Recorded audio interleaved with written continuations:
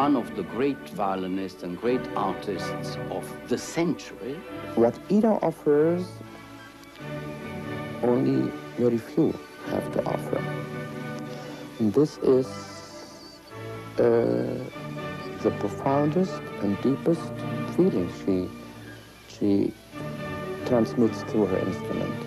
I think she is one of the very greatest violinists. I have my own opinion how violin should be played, and she is just my player. And she's in the top, for me, 2 or 3 of this century.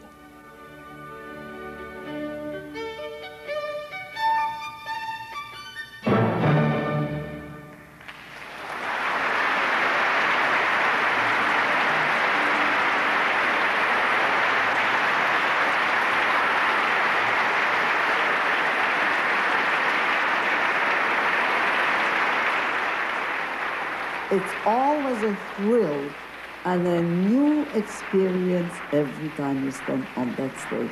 It's as if you had never played before, because every concert is different.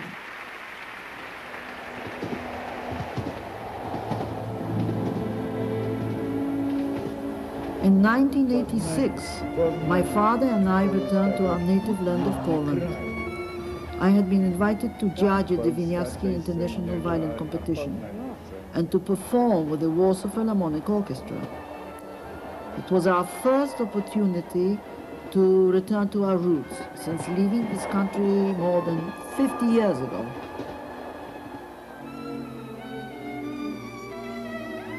I was born in the small Polish city of Chełm, not far from the border with Russia.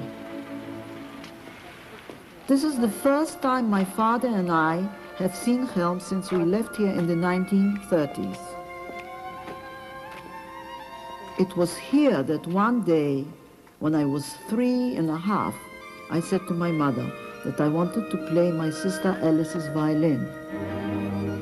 My mother said, "Don't you dare take Ala, as she was called in Poland, as violin." But I did not listen. I went up to the high table, I picked up the violin and I played. Well, my mother was shocked. When I came back from school in the afternoon, she was playing the violin. And I just couldn't believe it, because I knew she never held the violin in her hands, because I wouldn't have let her touch it. A couple of hours later, my father walked in, and my mother announced to him, "Look, Nathan, Ida is playing." She said, "Dad, she didn't let me go. I want her to play for you something. Well, when you play, whatever you sing for me, I will play for you." So I don't remember what I was singing, but I started to sing, and she immediately started to play. That was like a dream come true to him. All of his life he wanted to be a solo violinist. Didn't work out, and he hoped that one of his children would be able to play. I said, "No, I can't believe my own ears." I called up that Dobkowski. He was my friend. He was a good fiddler. It was such a remarkable feat. I'll never forget that. I said to father, I said, "Look here, Nathan, you have a gem. Maybe you don't realize that. Well, this little kid, I said, if you take good care of her, if you don't neglect her, will be a fine violinist someday. This is the one to take care. Now tell her what to do. She needs a special man." I said, "But there is one I know of in Warsaw. And his name is Professor Michałowicz." And so we went to Warsaw in the spring, the whole family. Here, as a small child, I played the Wieniawski Violin Concerto in D minor. I returned in 1986 to play the same piece with the Warsaw Philharmonic Orchestra, directed this time by Tadeusz Strugała.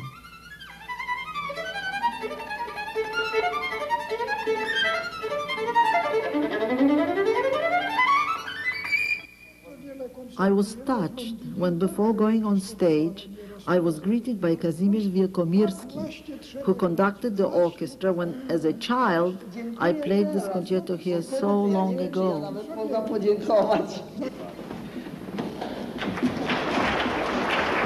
When I play the Wieniawski Concerto D minor, obviously it brings to mind my very early days, my childhood. I was really very, very moved this time to be playing it again.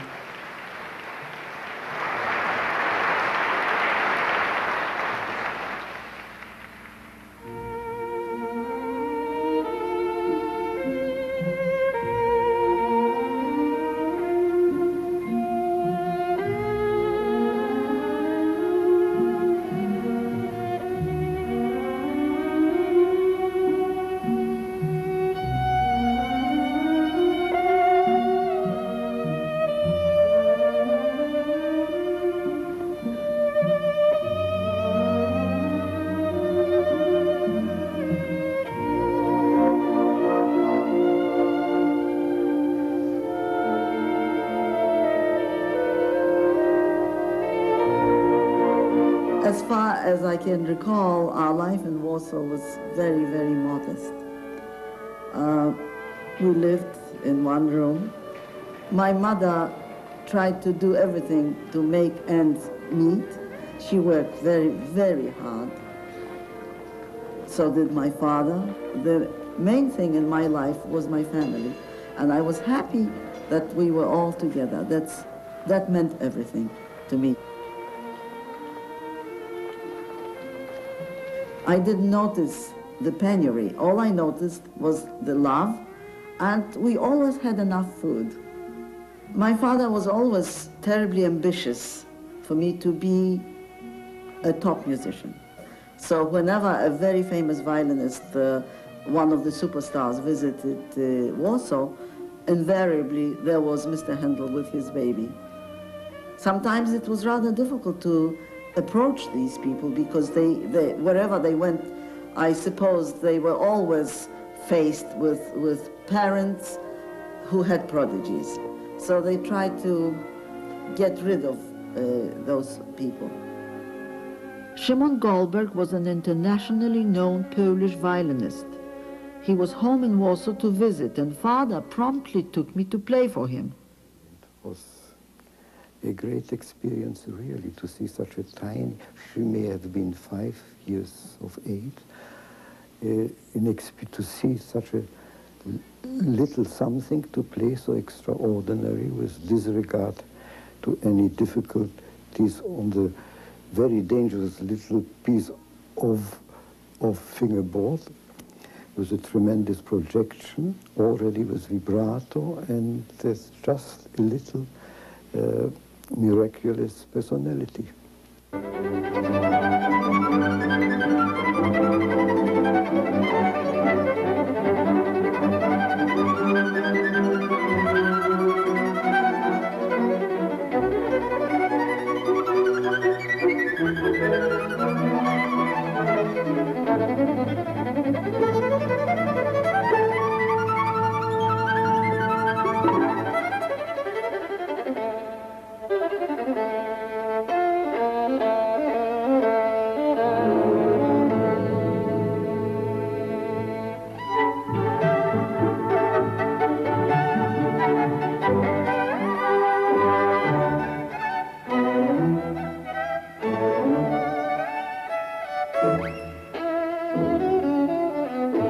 My father's idea was actually Joseph Szigeti. This was the man my father really wanted me to study with. So one day he came to Warsaw, and father decided that he has to make him listen to me at any cost. After the concert, I went into Szigeti. I told him, I have a child, a great talent. So he was just skeptical. I began to play, and I was there for at least 1 hour. He turned towards me as soon as I began to play, and he said, well, of course, this is a tremendous talent, and it has to be taken care of and nurtured and so on. So my father said, Mr. Szigeti, You are the one I would like Ida to study with. He was living in Paris that time. So he said, come to Paris and I will teach her. Father decided it was essential to go to Szigeti in Paris. But I was very sad to be leaving my mother and sister. Father arrived at Szigeti's door, only to hear the violinist say that he had been offered a tour of the United States. The first Wieniawski International Violin Competition was soon to be held in Warsaw. Father was convinced that if I did well in it, I would be launched on a great career. He took me to Karl Flesch, one of the most famous violin teachers in Europe at the time, so that I could be prepared for the competition. It was the beginning of an association with Professor Flesch that lasted for several years.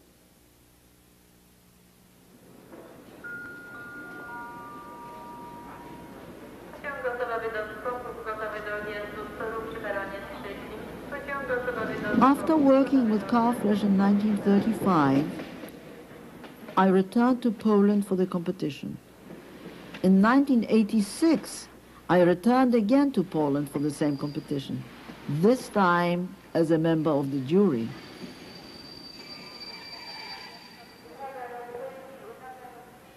Warsaw had been destroyed, and so, after the war, the competition was moved to the city of Poznań, where it takes place every 5 years.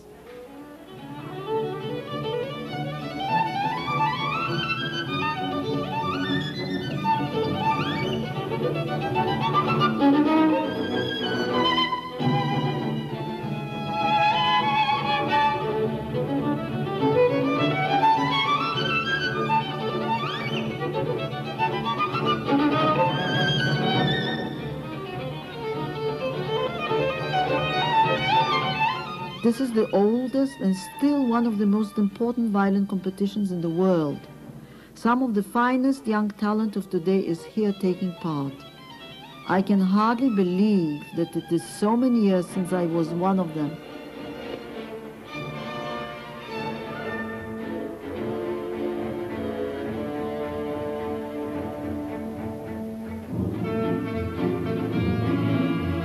Jeanette Neveu, who was about 17 at the time, took first prize. David Oistrakh, the leading Soviet violinist of his time, took second. He was already in his 20s. I was awarded the first prize for a Polish competitor. The excitement was almost too much to absorb. We were invited to the palace of the President of the Polish Republic and presented to him.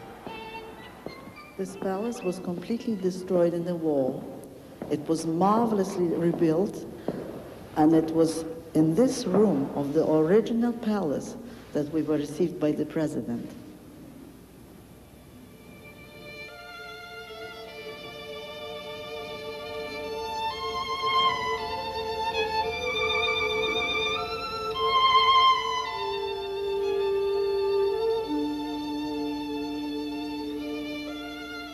I find judging difficult.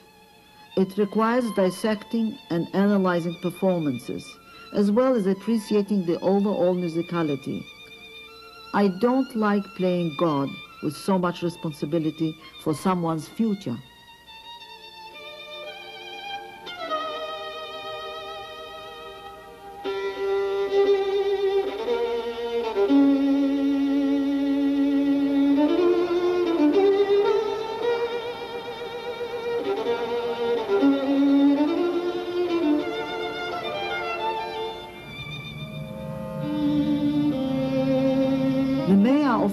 Asked me to play at a special reception at City Hall. He was so charming about it, I felt I couldn't refuse. The Polonaise in D major by Henryk Wieniawski seemed appropriate.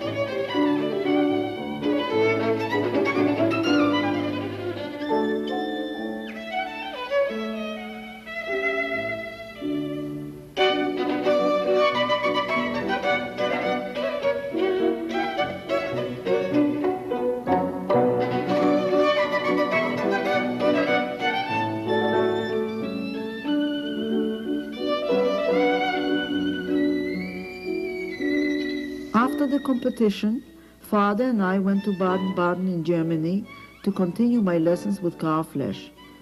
Here I confronted a serious problem. Often, when playing with a pianist, I would not know when to begin. Karl Flesch was baffled.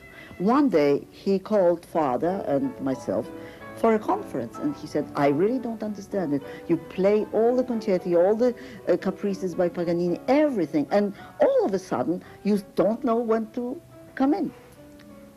I was terribly troubled by that, and I said, well, what's going to become of me? Then one day, I was in bed, almost ready to fall asleep, when it hit me like a bolt. I said to myself, my God, maybe there's more to it than what meets the eye. I sat up and I said, Daddy, can you tell me something? Do all these signs and the dots and the commas and everything, does it mean something? Well, at that same instant, Father sat up too, and he said, my God, Ida, don't you know? I said, no, what? Well, then of course it means something. Does one by any chance have to count it like arithmetic? Father said, well, of course. Oh my God, I said, well, in that case, I'm saved, because I just have to learn how to count. That's all there is to it. And then I was so relieved, I fell asleep. My mind was at rest.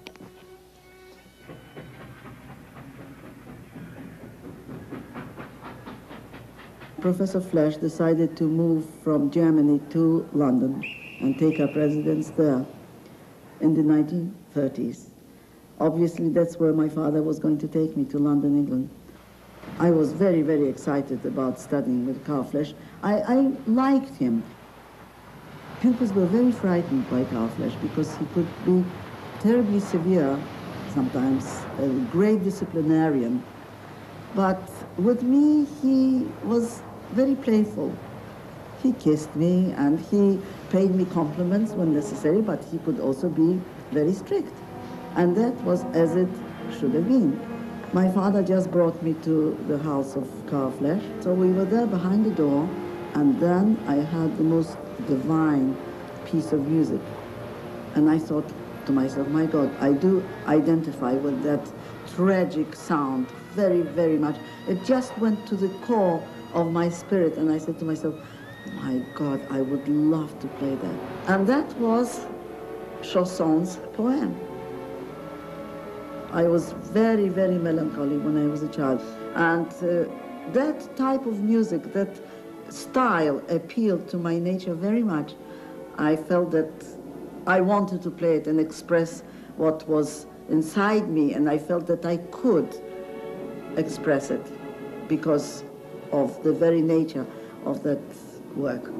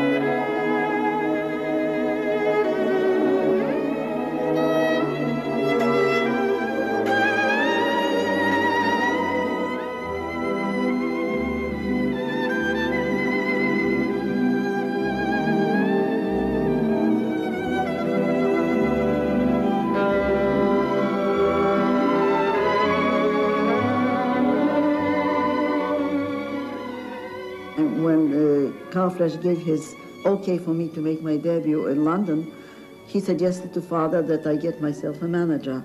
There was a very well-known agent, Harold Holt, in London, and Harold Holt agreed to manage me, but first he wanted to hear me play. So an audition was arranged at the old Wigmore Hall.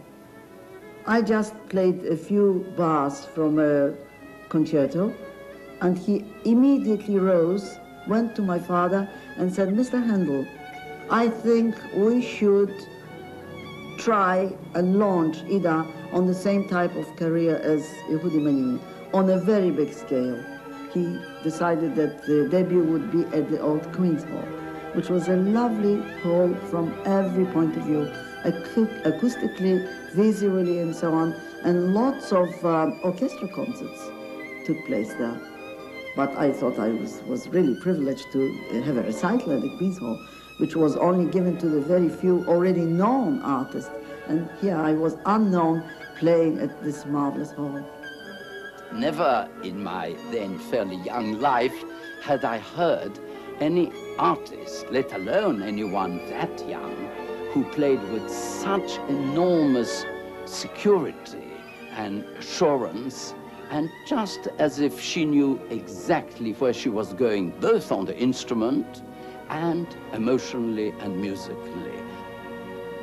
Sir Henry Wood, founder of the promenade or prom concerts early in the century, invited me to play the Brahms concerto at one of them in 1937. It was the beginning of one of the most treasured relationships of my youth, and the first of a lifelong series of prom concerts. Father and I were far from happy because he still had not been able to have my mother and sister join us in London. Desperately he needed money to bring my mother and my sister over from Poland. We were still in Warsaw, and it was, and Father used to write to us letters, "Please rush and do it fast and come over, because it's dangerous there." Finally, he got them out, and my mother and my sister joined us in Belgium, in Knock. And that was really a wonderful day in my life. With a contract and concert tours in England and Europe, we were able to afford a house in Hampstead, London, and it became home for many years. The war hit Poland not long after my mother and sister joined us. Jews were the first to feel its full fury. Almost none survived.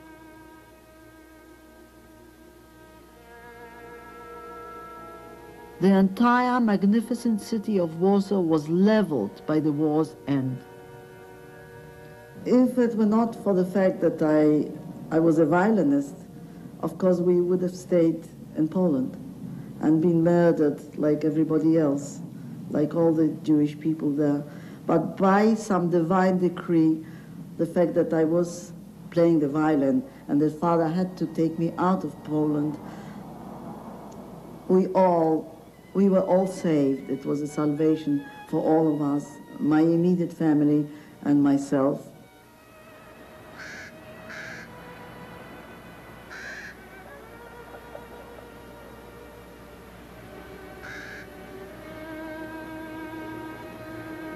This great monument to the Jews who died in the Holocaust, almost the entire Jewish population of Poland, stands in what was for centuries the Jewish ghetto of Warsaw, where we had lived.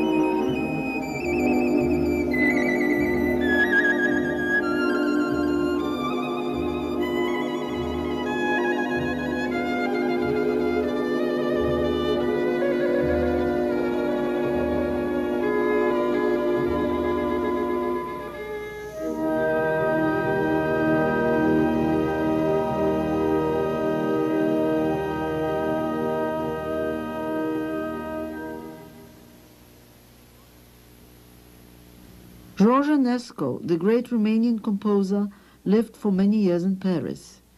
He was one of the greatest masters of the violin, and my father was determined that I should study with him. And in our sort of minds, Enescu was great also because he was the teacher of Yehudi Menuhin. He had a musical mind such as I've never encountered. For me, Enescu remains the greatest musician I've ever known. That's it. And the most inspiring one. There was nothing he touched in music, whether it was on an upright piano, or whether it was the violin, or whether he whistled or grunted. It was making music. These are the streets that were so familiar to me in my childhood. Growing up here in London, beginning my professional career, expanding my repertoire.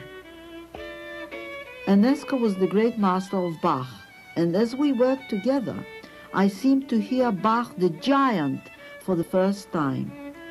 The frills were removed, and the simplicity and purity of line revealed in all its grandeur. The war years were difficult for everyone in Britain. Night after night, when the German bombers came, we went down this elevator to the station platform, deep underground. All over London, people were doing the same thing, trying to escape the bombs.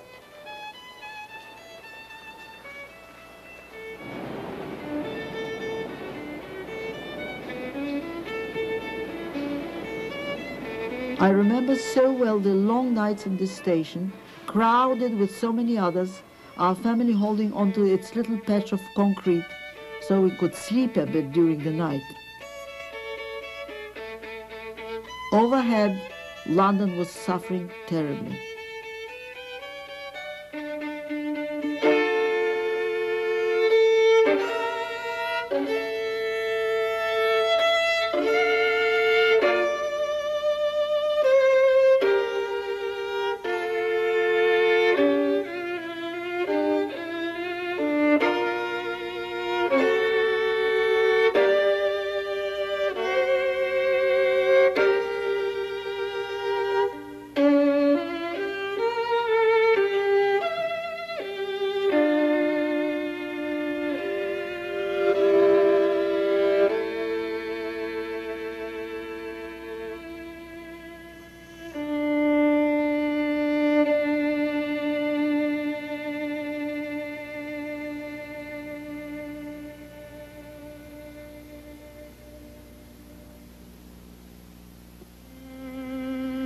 I played for the wounded who came in after bombing, various enemy camps. And one time I remember the wounded were lying in their beds, and I did not take an accompanist with me. I played unaccompanied music like Bach, Paganini, and Ave Maria by Schubert. And they listened with such rapt attention. It was very inspiring and very moving for me personally.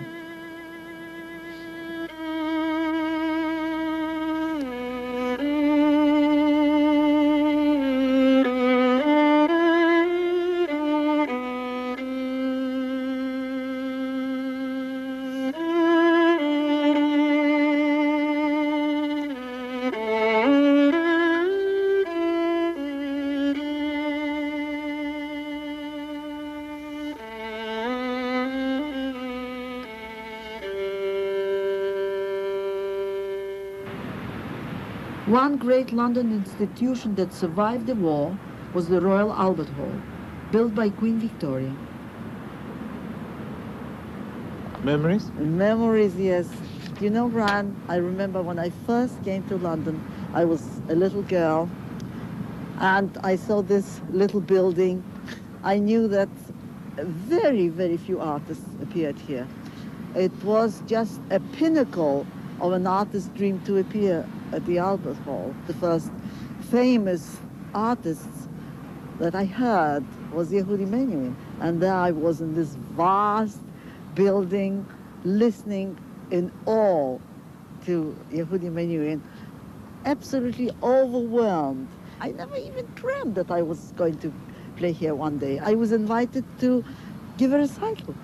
And there I was, you know, me, little me, standing in this tremendous hall and playing with the piano. And it's been an unbroken link since then, because, Yes. I mean, all through the years now, That's all true. the proms, etc., etc. I was linked and involved with the proms throughout my whole career.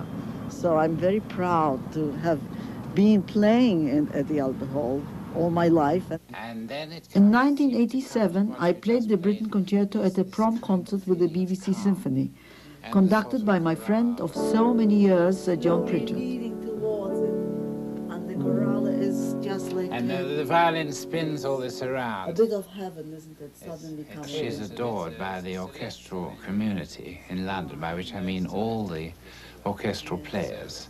When I've sometimes announced, for example, on a BBC Symphony Orchestra tour, that we're going to take Ida Haendel, there's not one face which doesn't light up with appreciation. Now, the reason for this is that she's such a thoroughgoing professional. I have to confess that I never know how I'm going to play it. So every time I play it a little bit differently. Well, I sometimes think that, yes, when I'm accompanying you. I'm sure. But I mean, that adds to the ending as what you just played. Can we just do it again? Yes. And start out the chorale, just exactly where you were.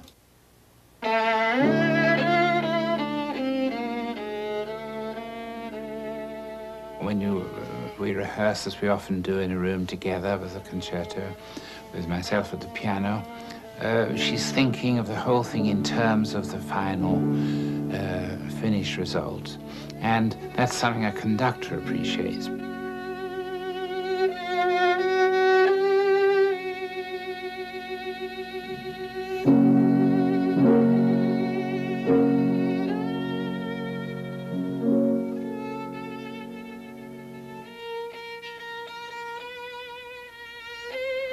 To work with her is a privilege which is perceived by the orchestral musicians, however far from the center, from her actual performing epicenter they are. They realize that they're in the presence of a great musician.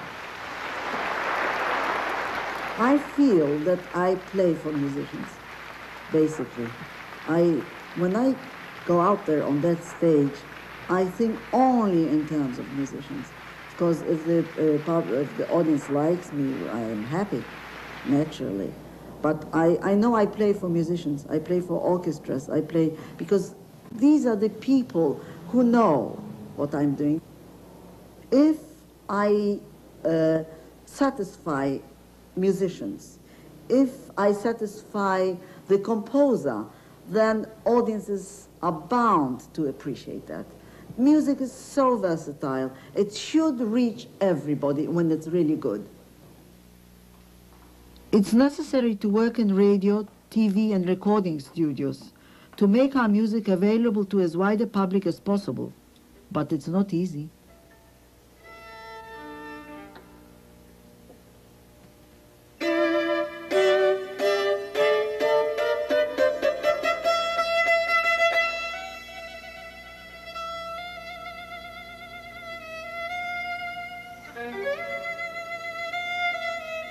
If you play in a studio, for instance, where it's also austere and clinical, and there is the light, and you have to start playing, well, that's not very, very gratifying. I always prefer to have a live audience in front of me. You can do so much more and give so much more, and you are much more at ease, in a sense, when you feel that there is a live audience listening and collaborating with you in that performance.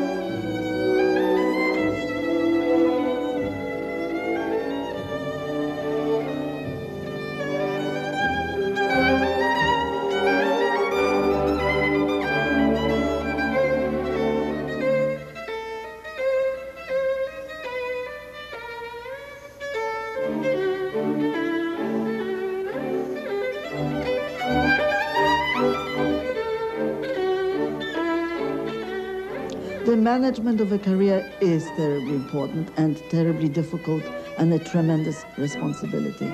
In my case, of course, I had my father, who I thought, and a lot of other people thought, was absolutely marvelous. His involvement, some people resented very strongly. Perhaps we didn't have the savoir-faire or the PR which is necessary in order to establish a beautiful relationship with people, because you do depend upon other people in order to have a career. I was sure with her that she is a great genius, and that did mean a thing to me what people say. And I'm not referring only to Ida, but young prodigies obviously have parents who look after them, or guardians. Sometimes an agent is not dealing with the prodigy ones, they're dealing with the parents, which can, in certain cases, make for difficulties. But after all, you give a prodigy an opportunity, and if you advise them properly, they take advantage of that. They don't overexpose themselves. And then it's up to them, really, whether their talent is going to develop in the way it should, so that they become a great, full-blown virtuoso. Father was very watchful over me, and especially in the developing years when I could have stopped developing and just become another violinist with technical skill and stopped there. But what made me quite desperate at times was his dissatisfaction with with the purely musical development. And he was always saying, well, I'm not satisfied. You play beautifully, but that's not good enough. I want you to become a serious musician, not just a good fiddle player. And as I grew older, I then realized myself that this is the most important thing.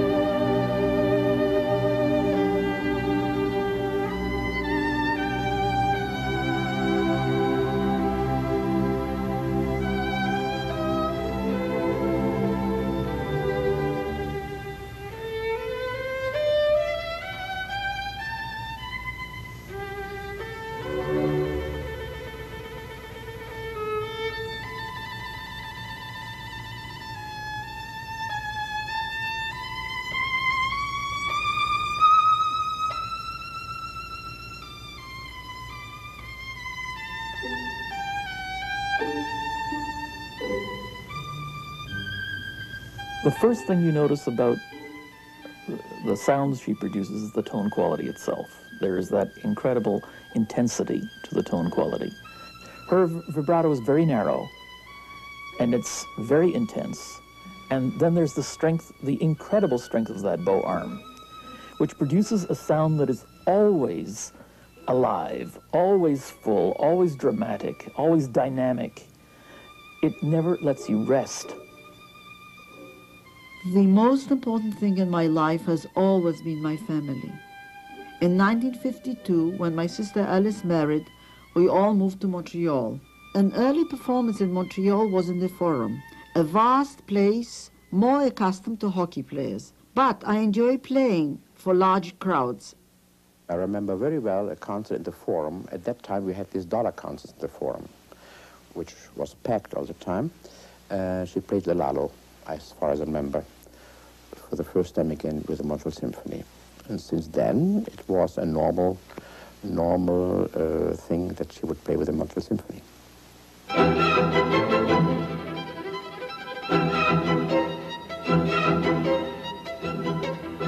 On this occasion, 20 years later, in 1987, I played in the Montreal Forum with the Montreal Symphony Orchestra under its current musical director, Charles Ditois.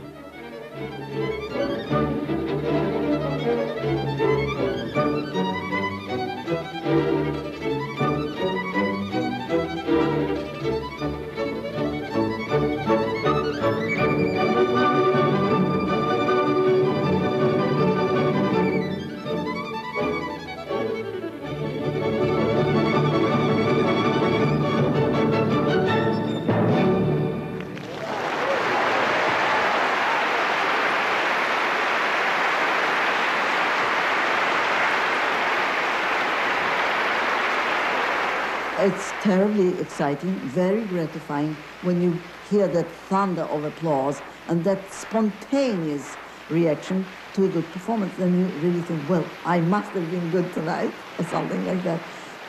50 years of playing the same concertos over and over again. One has to put himself in a position of the right mental attitude to perform them beautifully over and over again. And I can tell you from my own humble experience that that is a very difficult task. I do feel a sense of involvement every time I play the same concerto. So in other words, what was in the past, there is no such thing. Every time it is a new experience. It is as if I had never played it before. I'm not pretending. I really feel that way, because if one plays a work by a great, great composer, it never becomes stale, and every concert is new. On this occasion, I'm playing the Beethoven Concerto with the Montreal Symphony Orchestra in my home city's principal concert hall, Place des Arts. The conductor is the orchestra's musical director, Charles Ditois.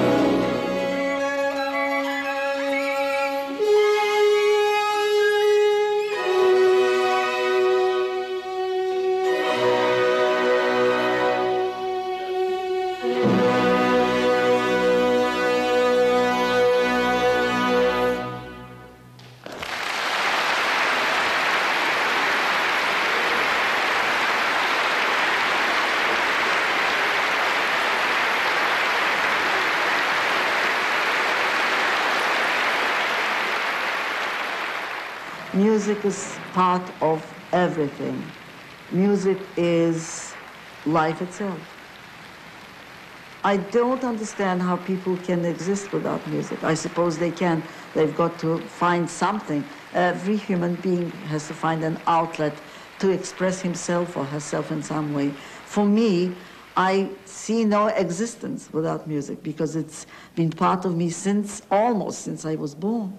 I cannot see how you can explain that a young child could pick up a violin, play it intuitively, could play the Beethoven Fiddle Concerto and win a prize when she was an infant, and only later discover that she couldn't really properly read music. I mean, it's one of life's mysteries. She always played extremely well. Some of her recordings of the 1940s, the early 1940s, are absolutely dazzling. Isaac Stern and Yehudi Menuhin are the two who are alive today who have had careers as long as she. What is so remarkable about her is that you know that you can depend on her. You know that whether she's going to play the Elgar or the Sibelius or the Stravinsky, that it's going to be a thrilling, direct, human, and perfect performance. Ever since I was a child, I wanted to play in New York. It was the ultimate goal of my career, I thought, and everybody else's. Prior to the war, I had already been known as a prodigy, and just before the war, I played concerts internationally. So there it was. I was on my way to the United States. I was going to give a recital at Carnegie Hall, which was very exciting and very wonderful. Foreign accompanist, we decided to take the #1 in those days, and that was Arthur Balsam.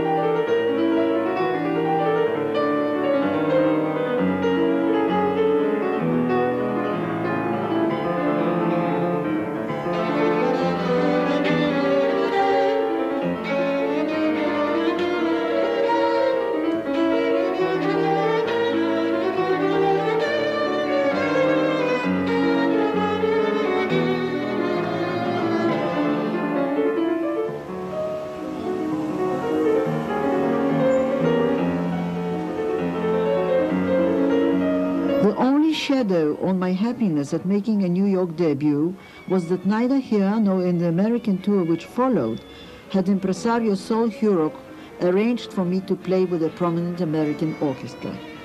Though I enjoyed chamber music, I had already specialized in the concerto repertoire, and I had hoped to begin my American career playing a concerto. But Arthur and I got on very well. It was a pleasure to work with him. In those days, even I was much younger than I am now. But still, I could even then see what a great talent this was. And it was a very, very great pleasure for me to play with her.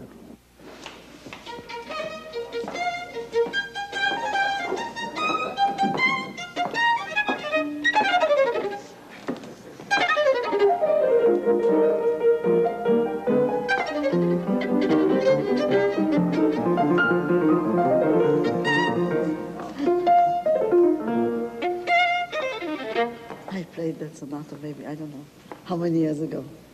Many, many, many years.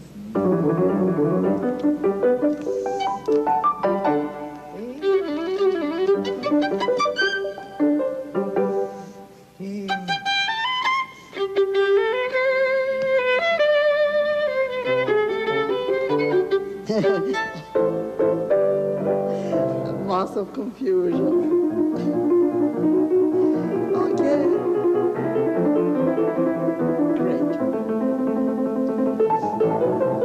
So how about doing Brahms for old memory's sake, which we played so many years ago?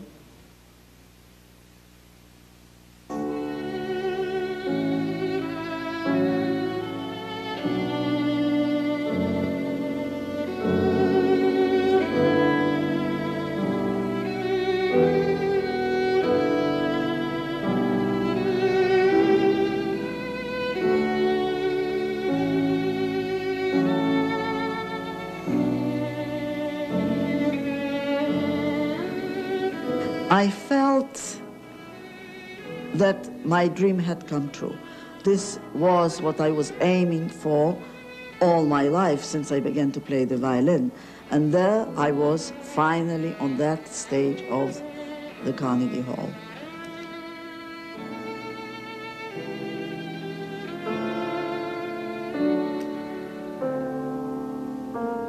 Both musicians and the audience received me marvelously well.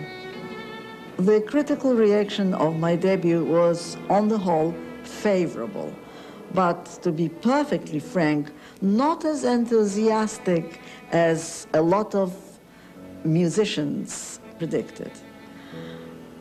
And that was a bit of a disappointment. The second time I played, the reaction was a lot better.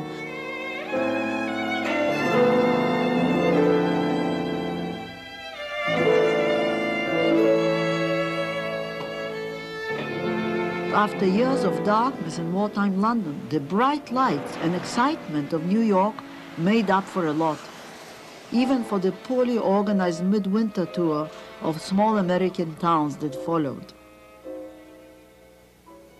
Now concert tour followed concert tour in Europe and South America. There were good times and bad times. Financially, it could be difficult, with fees sometimes barely covering expenses.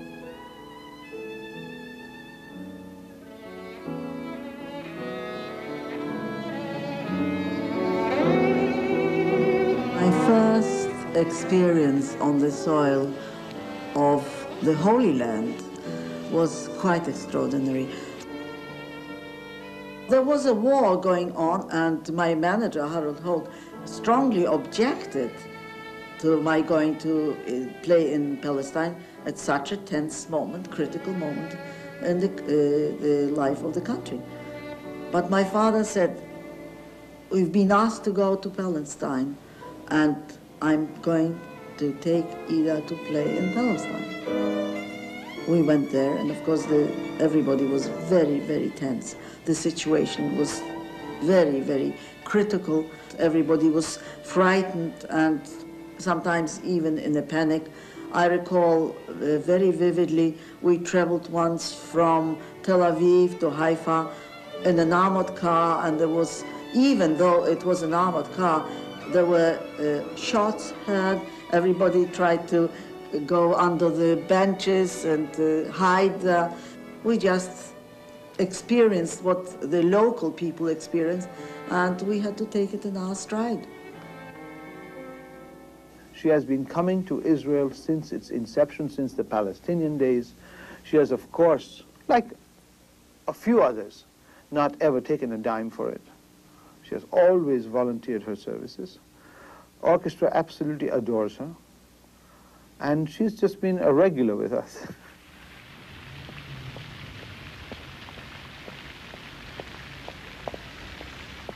In October 1986, I was in Tel Aviv, rehearsing the Brahms Concerto with the Israel Philharmonic Orchestra, directed by Zubin Mehta.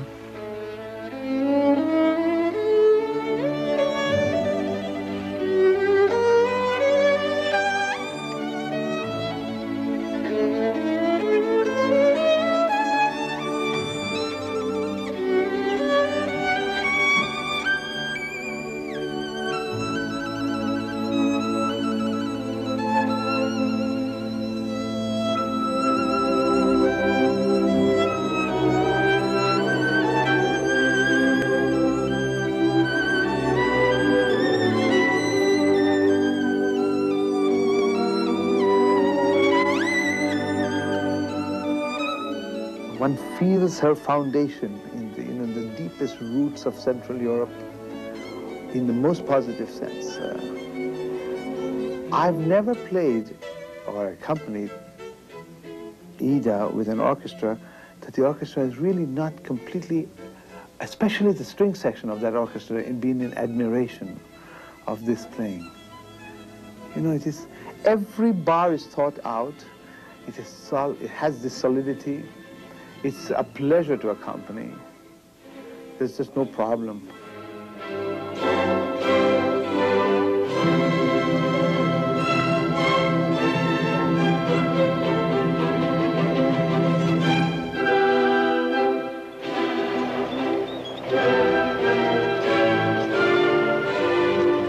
was here during the Yom Kippur War, and we played at army bases, etc. And we played money, you know, for raising money for the Soldiers Fund, etc.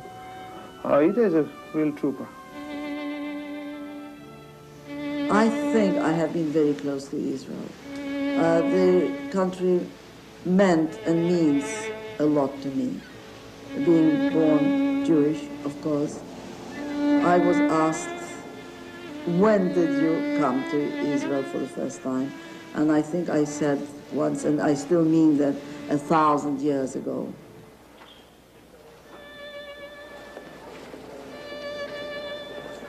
The orchestra meant and means a lot to me. I think every Jew, every Jewish person has to be interested in promoting, helping, encouraging the existence of that orchestra.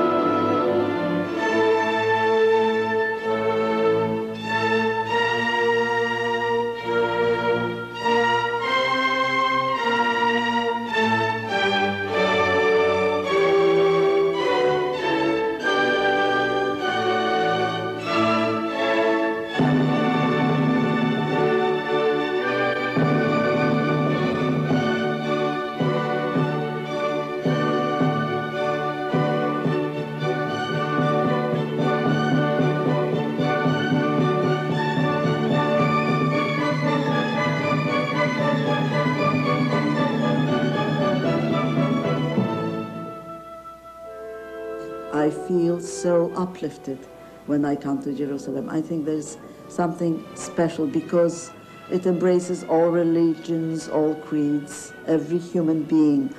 It feels, in a sort of way, very special in Jerusalem. You don't feel like an average sort of person. That's the way I feel when I'm there. I think I see everything that happened according to the Bible. I can almost visualize and see all the holy people passing through. So I think that from every point of view, it's a very uplifting, a very inspired experience. I feel quite different. I have to say that. I feel different when I come to Jerusalem.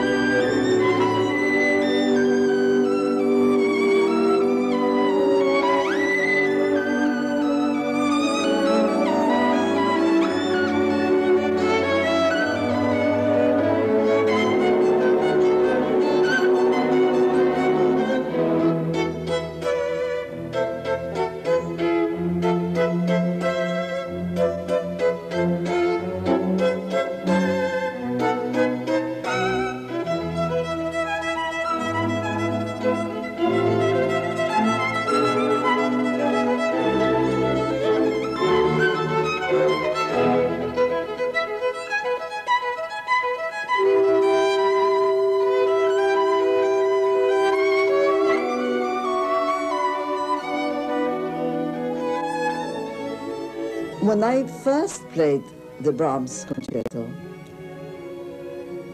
in my very early years, naturally, I didn't know what it was all about. I only found my way in the Brahms in my later years.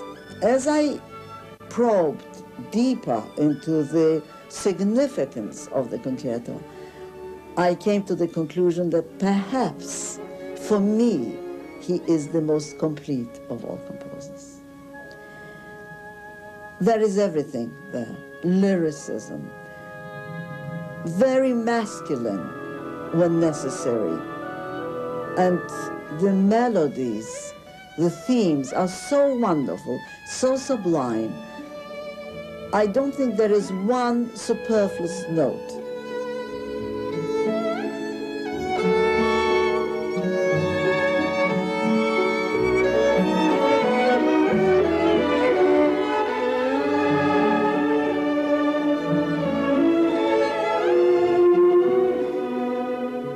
This capacity to draw that line between seducing the attention of the audience and forcing them to breathe with you, to feel with you, that their pulse becomes the pulse of the music.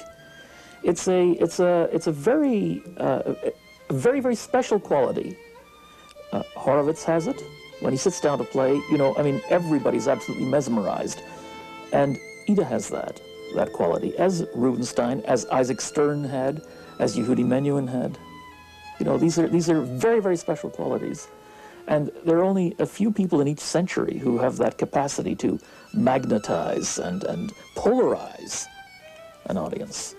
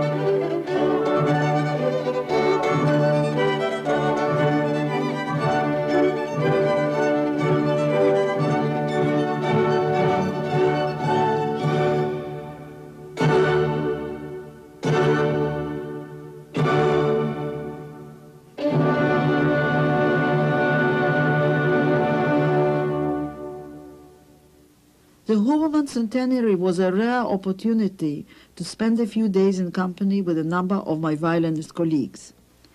I had just played the Sibelius Concerto and returned to the stage to bow, not noticing my colleagues Isaac Stern and Shlomo Mintz.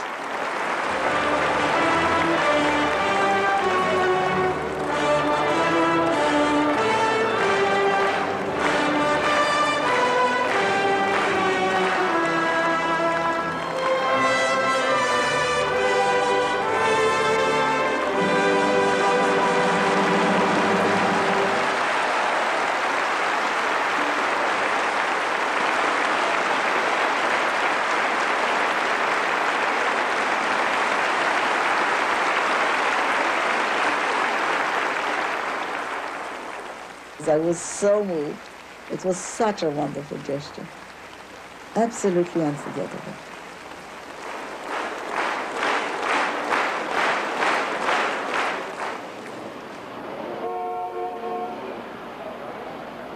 I've been rather isolated from the rest of the violinists. Possibly because I've been concentrating more on a soloist career, playing mainly concerti with orchestras and so on. The soloist's career is basically very lonely. It's very hard to avoid travel. And it's very hard, especially on a woman, the constant waiting, the endless waiting at airports. But in order to bring music, we've got to go and seek out our public, not the reverse. We can't have the audiences come to us, as much as I would like that. But this travel does sometimes provide opportunities to meet people in various corners of the world, like my friend Ken Noda. We played a little Mozart when we met recently in New York.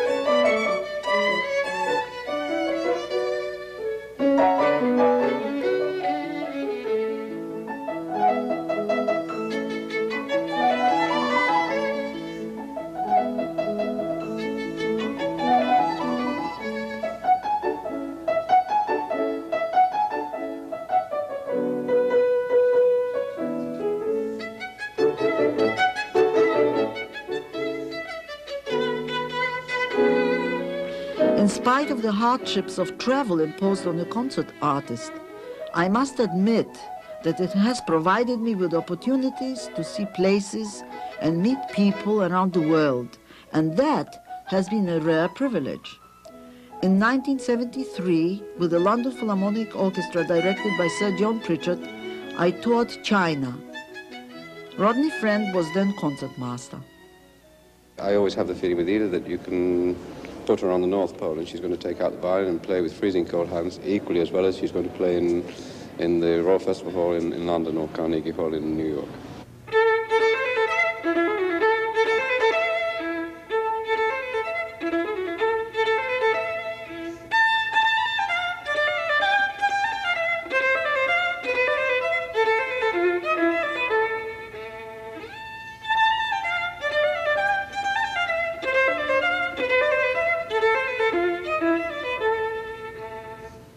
Italy is the birthplace of Niccolo Paganini, the virtuoso who composed this music and who invented so many of the violin playing techniques we now take for granted. Italy is, of course, where the finest violins were made, including my own Stradivarius.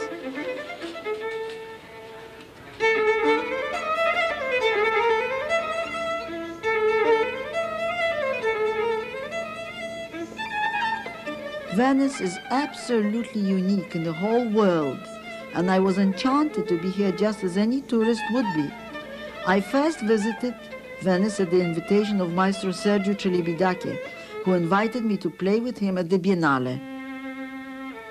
My collaboration with Celibidache here and in many other European centers was one of the most enriching musical experiences of my life.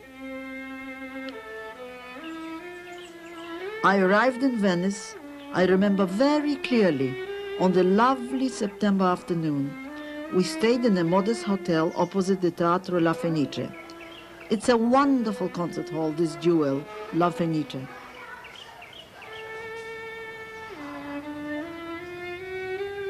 I've returned this time to Venice's neighboring city of Padova. I will be playing a piece I love but rarely have the opportunity to play. The Bach Concerto in A minor.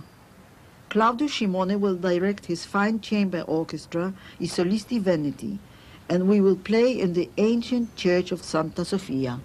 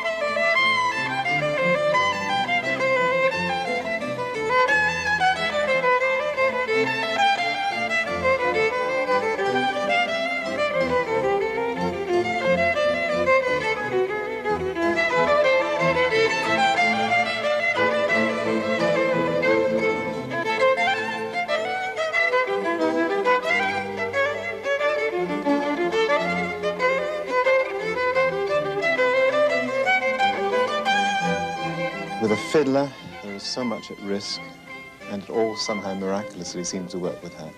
There's the sound, of course. It's a very unique sound, like all great fiddlers. It's an instantly identifiable sound, but it has marvelous focus and penetration. There's the extraordinary technical ease. She seems to know no technical difficulties. And there's that extraordinary ability to get to the heart of the music.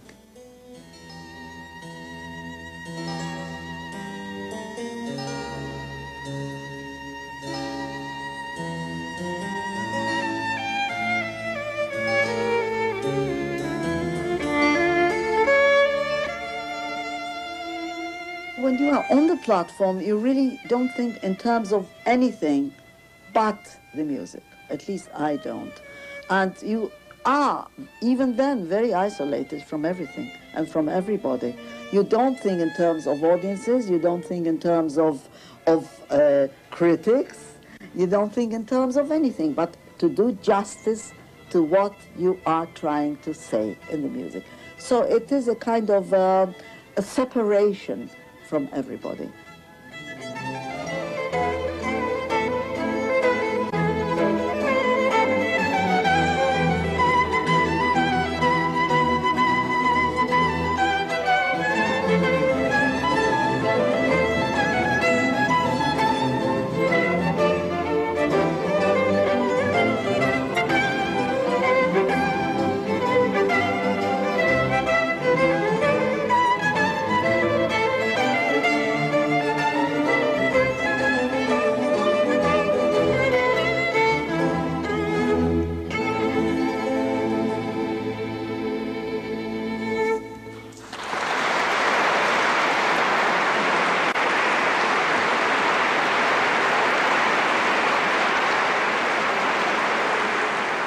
We stand there on that stage and we've got to be perfect as far as humanly possible every single time.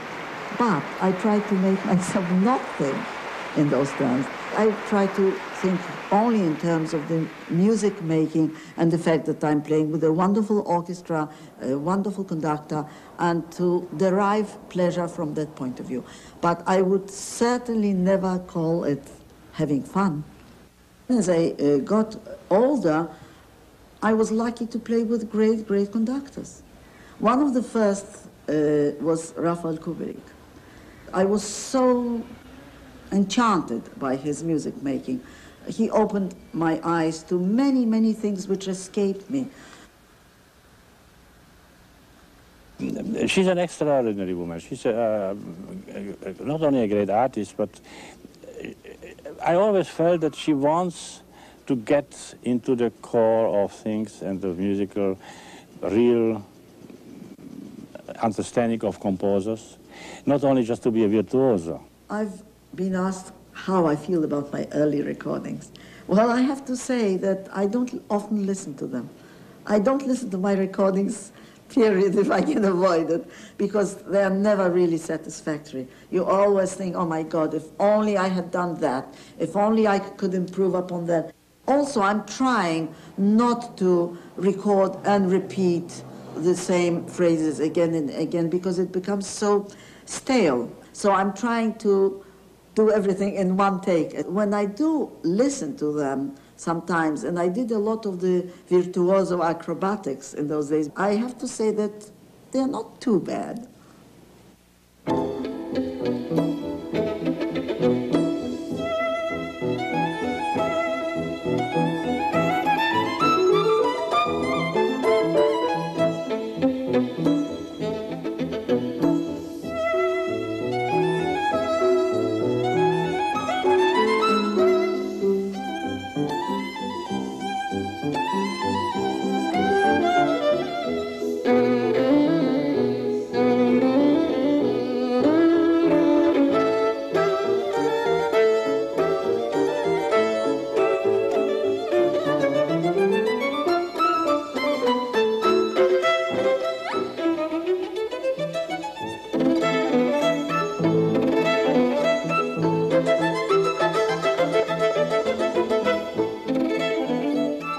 I think that maybe in my previous lives at one time I might have been Spanish, because I really do identify with the country and with the music so very, very much.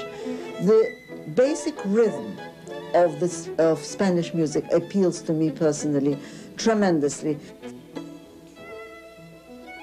The Sinfonia Español by Lalo is so totally Spanish in its idiom, even though it was not composed by a Spaniard.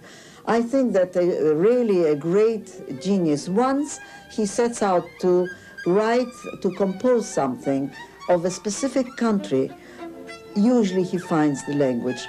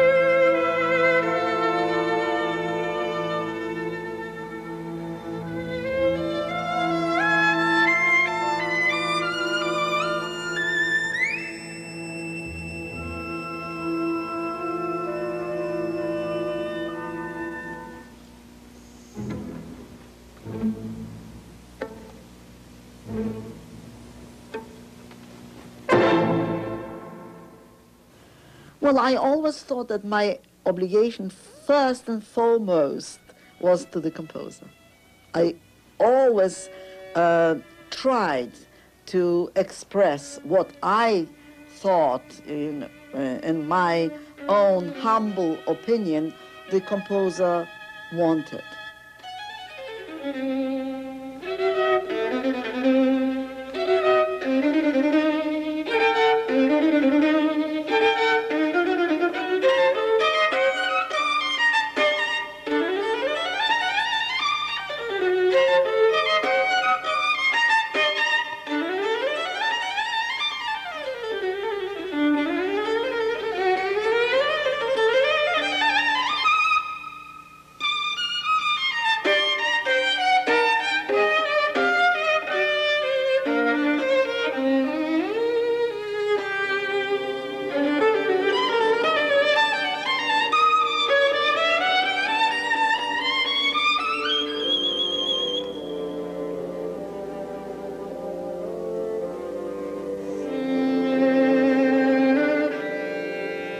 Sibelius was actually the first composer I was in contact with had a personal contact, as it were, because I had played a concert in Helsinki in the 50s, and to my amazement and delight and thrill, I received a letter from him full of praise. You played it masterfully in every respect. I congratulate you upon the great success, but above all, I congratulate myself that my concerto has found an interpreter of your rare standard. Well, that was such an exciting event in my life, and of course it's a tremendous treasure. Then I also played William Walton's violin concerto in Britain, and these wonderful composers wrote to me thanking me for the recordings and performances. So it's a wonderful thing to have, and it's the ultimate ideal of an artist's career to have a letter from a composer, living composer. Whenever they're not involved, you'll find the orchestral musicians are watching every turn. I think that they find it absorbing that this small lady, she's very small, she has tiny hands, which she says is no handicap at all. It's a great benefit to be able to leap around the fiddle the way she does. But they watch her and they are amazed that a small lady can create a performance of such rugged intensity. The Sibelius is a classic example. No one plays the Sibelius with such a rugged intensity as Ida. No man does.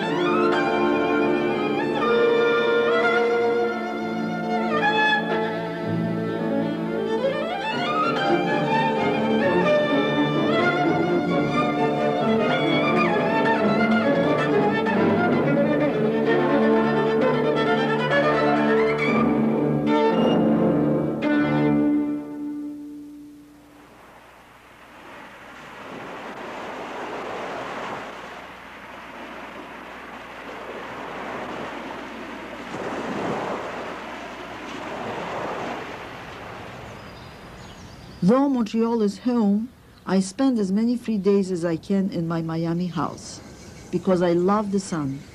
I don't like very cold winters. And so I just love being here when I can sneak in from my concert tours.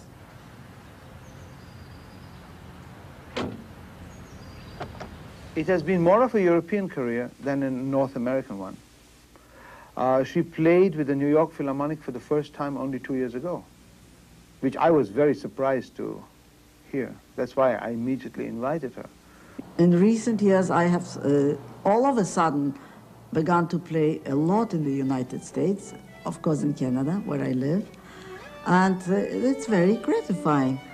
In Ida's case, audiences have always responded. Audiences have always reacted to the intensity of the playing. Sometimes other musicians, other music critics have not seen what it is she's doing in the context. But that has changed, and now, of course, I mean, everyone recognizes that this is a supremely great artist.